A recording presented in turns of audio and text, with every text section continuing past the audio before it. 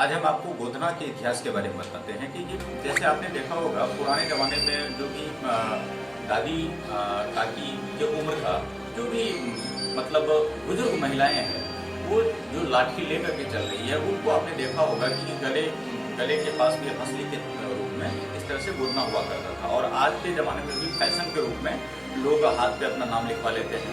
ये है गोधना, जिसको कि आज के जमाने में ट्रेंड के तौर पर चला दिया है टैटू। विदेशों में ज़्यादा है, अपने देश में भी देखने को मिलता है गोधना, उसी को अपने देशज भाषा में कहते हैं गोधना। तो उस टैटू का क्या इतिहास है ये आप को बताना चाह रहे हैं। आप पूरी बात को सुने। हुआ क्या था कि एक जमाने में जब राजशाही समाप्त हो गया, सरकार अपनी सत्ता में आ गई, तो एक राजा का जो जमीन था वो जमींदार को मतलब उसके हाथों में पड़ गया। तो जमींदार जो कुछ भी होता था उससे मुआवजा, उसके साथ जो भी काम करने वाले थे तो वो संपन्न लोग थे, वो अपने मर्जी से जो कुछ भी चाहते थे, समाज में नियम कानून लगाते थे, वो जो कहते थे वो सबको सुनना पड़ता था। तो एक सबसे बड़ी राज की बात है, होता क्या था कि जब विवाह होता था, हमारी परंपरा रही है कि हर कुछ रीति रिवाज के साथ होता है हमारे देश में। तो विवाह का जो एक स्थिति था, शादी के बाद कन्या जो है वर के साथ पूरे बारात के टोली के साथ जो है ससुराल जाती थी।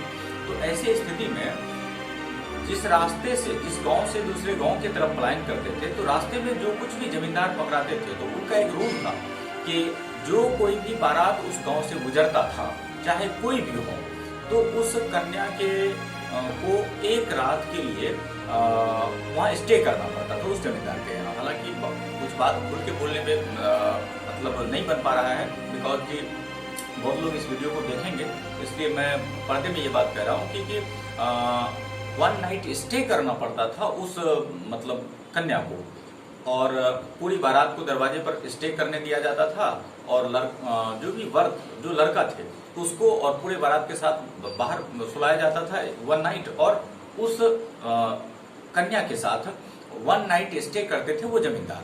तो ये स्थिति था। तो हुआ क्या कि इस चीज से तंग आकर के हमारे ही देश के किसी समाज के जो पढ़े लिखे थे, एक युवती के दिमाग में एक आइडिया आया। वो क्या किए कि हमें भी उस स्थिति से गुजरना पड़ेगा, जब विवाह की स्थिति आएगी तो हमें भी उस स्थिति से गुजरना पड़ेगा। तो हुआ क्या कि उन्होंने एक ऐसा तरकीब सोचा कि वो क्या किए, गाय और सुअर, हालांकि जमींदार हिंदू भी हो सकते थे, मुसलमान भी हो सकते थे, कुछ भी हो, मतलब किसी भी कौम से हो सकते थे।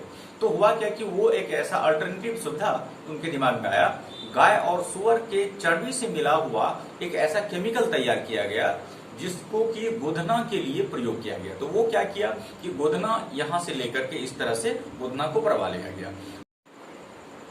जब गोधना को परवा लिया गया तो शादी के बाद जैसे ही 1 नाइट स्टे के लिए रोका गया बारात को, तो रात में खाना पीना खाने के बाद जैसे ही उसको उसके कक्ष में भेजा गया, तो इसको देखने के बाद वो बोलता है जमींदार कि आखिर ये है क्या। तो बोला क्या कि ये इसमें गाय और सुअर का चर्बी मिला हुआ है। जैसे ही ये बात कहा तो उस स्थिति में वो वहां से भाग खड़े हुए और पूरे उसके कक्ष को धुलवाया गया, और तभी से ये बात उसके द्वारा चर्चा में ला दिया गया कि इस तरह से गोधना को परवाना है। तो तभी से ये गोधना का प्रथा चलता आ रहा है। यही है गोधना, इसी को हम टैटू आजकल फैशन के रूप में लेते हैं। और विशेष हम बात नहीं करेंगे, आगे अगले एपिसोड में, अगले वीडियो में हम बाकी और चर्चा करेंगे। तब तक हम आपसे लेते हैं विदा, इजाजत चाहते हैं आपसे, क्योंकि आपको अगर लगता है कि ये ज्ञानवर्धक बात है तो आपके घर में भी छोटे बच्चे हैं, उन्हें भी ये जानकारी मिलनी चाहिए, आपको भी जानकारी मिलनी चाहिए, और आप अपने दोस्तों में भी इस बात को शेयर करें ताकि हमारे भारत के इतिहास के बारे में पता चले लोगों को कि इतिहास हमारा क्या